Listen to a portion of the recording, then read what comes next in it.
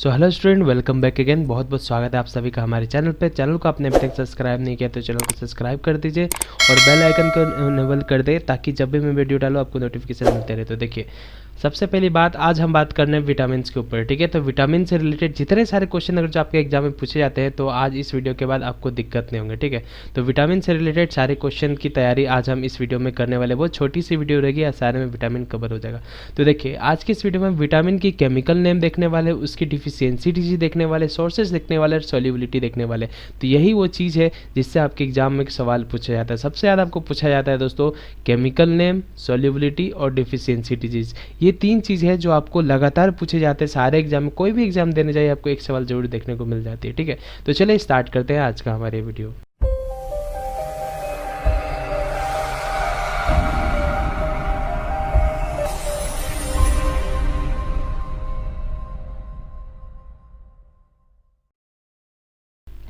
तो देखिए, सबसे पहला बात आता है कि विटामिन आखिर है क्या। तो देखिए, विटामिन एक तरह की केमिकल सब्सटेंस है जो कि हमारे बॉडी में एनर्जी पॉइंट ऑफ व्यू के लिए उतना ज़्यादा इंपॉर्टेंट नहीं है। अगर जो हम एनर्जी पॉइंट ऑफ व्यू से देखें तो विटामिन उतना ज़्यादा इंपॉर्टेंट नहीं है हमारे लिए। लेकिन यही हम बात करें कि हमारे बॉडी की जितने सारे मेटाबॉलिक एक्टिविटीज़ होते हैं उन सभी में विटामिन का डायरेक्टली योगदान है। ठीक है, विटामिन के कमी से उस चीज़ की मेटाबॉलिक एक्टिविटीज़ में बहुत सारे दिक्कतें आ सकते हैं। इसलिए विटामिन का होना भी बहुत ज़्यादा ज़रूरी है। किस पॉइंट ऑफ व्यू में? मेटाबॉलिक एक्टिविटीज़ होने के व्यू पे। तो हम लिख लेते हैं मेटाबॉलिक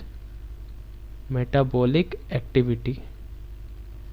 ठीक है, तो इस बात को बस आप अच्छे से याद रख लीजिएगा कि विटामिन की जरूरत किस चीज़ के लिए है? मेटाबॉलिक एक्टिविटीज़ के लिए। तो देखिए, ये तो हो गया, आप ये समझ चुके हैं। अब देखिए, विटामिन जो होती है हमारे बॉडी में डायरेक्टली प्रोड्यूस नहीं होती है। इसे अगर जो हमारे बॉडी में चाहिए तो हमें इसे अदर सोर्स से लेना पड़ता है, यानी कि हमें फूड लेकर के फूड सोर्सेस लेने पड़ते हैं ताकि हमारे बॉडी में फूड आ जाए। जैसे कि विटामिन ए हमें चाहिए तो orange, ripe yellow fruit, yellow colour की फ्रूट हो गए। होता है हमारा vitamin A, B, C, D, ठीक है, ई और के।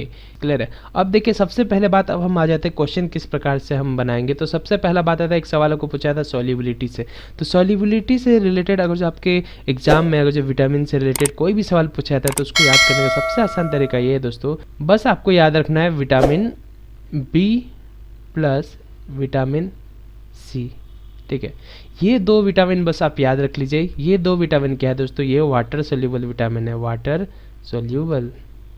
ठीक है, ये वाटर सोल्यूबल विटामिन है। तो ये दो विटामिन को बस आप याद रख लीजिए। ये दो विटामिन वाटर के साथ सोल्यूबल रहती है। बाकी जितने सारे रेस्ट ऑफ विटामिन है वो सारे आपके क्या हो गए? वो आपके फैट सोल्यूबल होते हैं। तो ये सोल्यूबिलिटी की सवाल सॉल्व करने के लिए सबसे अच्छा तरीका हमारे पास ये है कि जो सबसे कम है विटामिन बी और विटामिन सी, ये दो चीज़ को आप याद कर लीजिए कि ये वाटर सोल्यूबल, बाकी जितने भी रहेंगे वो फैट सोल्यूबल होंगे। बस आपको दिमाग में रखना विटामिन बी और विटामिन सी।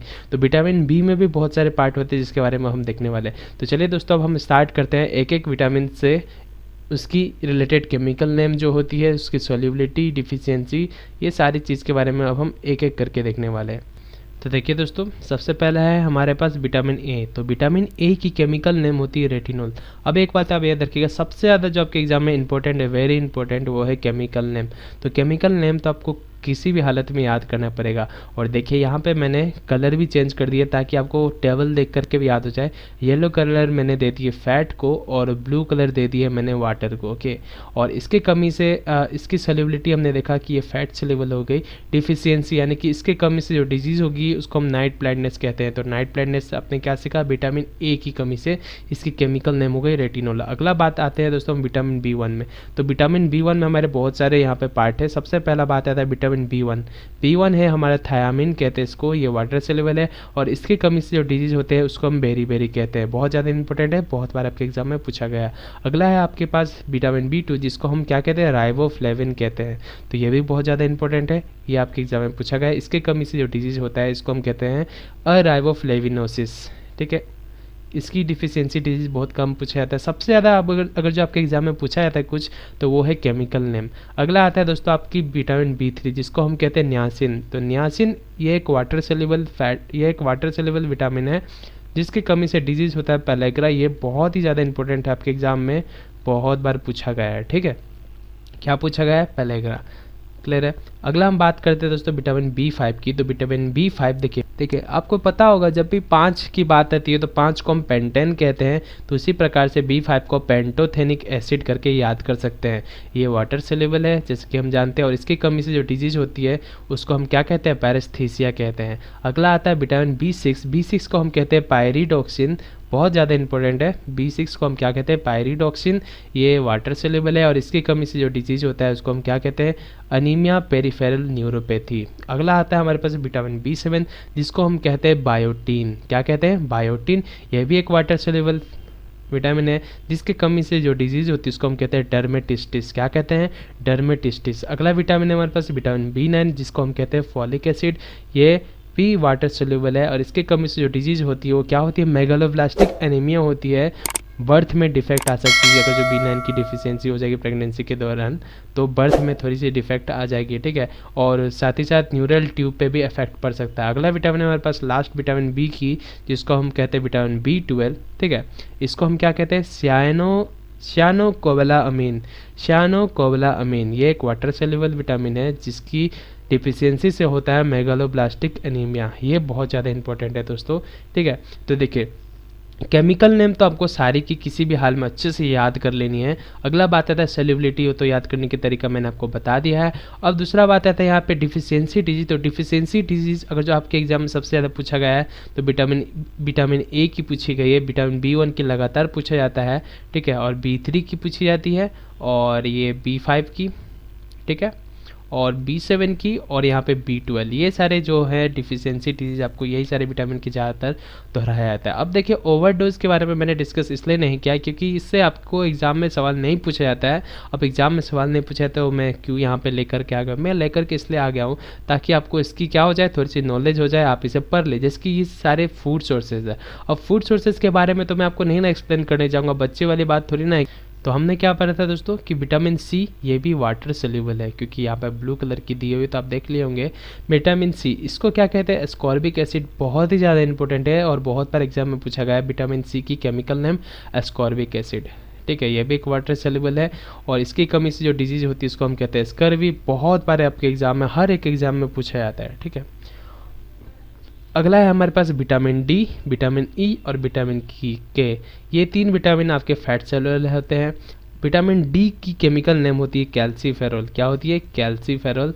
तो अच्छे से याद रखिएगा, विटामिन D की केमिकल नेम कैल्सीफेरॉल, एक फैट सेलेबल विटामिन है और इसकी कमी से जो डिजीज होती है उसको हम कहते हैं रिकेट्स। आपने सुना होगा, बहुत बार एग्जाम में भी पूछा जाता है, रिकेट्स और ऑस्टियोमलेशिया, ये दो ऐसे डिजीज है जो कि विटामिन D की कमी से होती है। अगला है हमारे पास विटामिन E। तो विटामिन E के केमिकल नेम है टोकोफेरॉल, इसको हम क्या कहते हैं, टोकोफेरॉल्स कहते हैं। यहाँ पे कोमा पे जो दिया गया है वो आपको याद करने की उतना आवश्यकता नहीं है क्योंकि एग्जाम में यही सारी चीज़ पूछे आते हैं। देखिए विटामिन E को हम क्या कहते हैं, टोकोफेरॉल कहते हैं। ये एक फैट सेल्युबल विटामिन है और इसकी कमी से डिफिशियंसी की अगर जो हम बात करें तो बहुत कम होती है, ठीक है, वेरी रेयर, ठीक है, वेरी रेयर होती है। और हेमियोलाइटिक एनीमिया इन न्यूबॉर्न इन्फेंट, नए नए बच्चे में हेमियोलाइटिक एनीमिया देखा जाता है, ये कि बहुत ही ज़्यादा रेयर है, ठीक है, विटामिन E की कमी। विटामिन E को क्या कहते हैं, टोकोफेरॉल। अगला हमारा लास्ट विटामिन है विटामिन K जिसको हम कहते हैं फाइलोक्विनोन, क्या कहते हैं, फाइलोक्विनोन। बहुत बहुत बहुत ही ज़्यादा इंपॉर्टेंट है आपके एग्जाम के लिए केमिकल नेम। सारी की केमिकल नेम आपको किसी भी हाल में याद करने पड़ेंगे। ये टेबल आपको टेलीग्राम ग्रुप पे मिल जाएगा, उससे आप अच्छे से देख लीजिएगा, डाउनलोड कर लीजिएगा और पढ़ते रहिएगा, ठीक है। हमारे इस वीडियो के कमेंट सेक्शन में जाएगा, सबसे पहला कमेंट आपको यही मिलेगा, ठीक है। ये एक फैट सेलेबल विटामिन है और इसकी कमी से ब्लीडिंग डायथेसिस यहाँ पे लिखा गया है। जैसा कि आपको पता है कि ब्लड की क्लॉटिंग फैक्टर जो होती है उसमें विटामिन K का कितना ज़्यादा योगदान है, ये तो हम पहले भी पढ़ चुके हैं कि नहीं। तो विटामिन K की अगर जो कमी हो जाएगी तो ब्लड क्लॉटिंग में भी दिक्कत आ सकती है, ठीक है।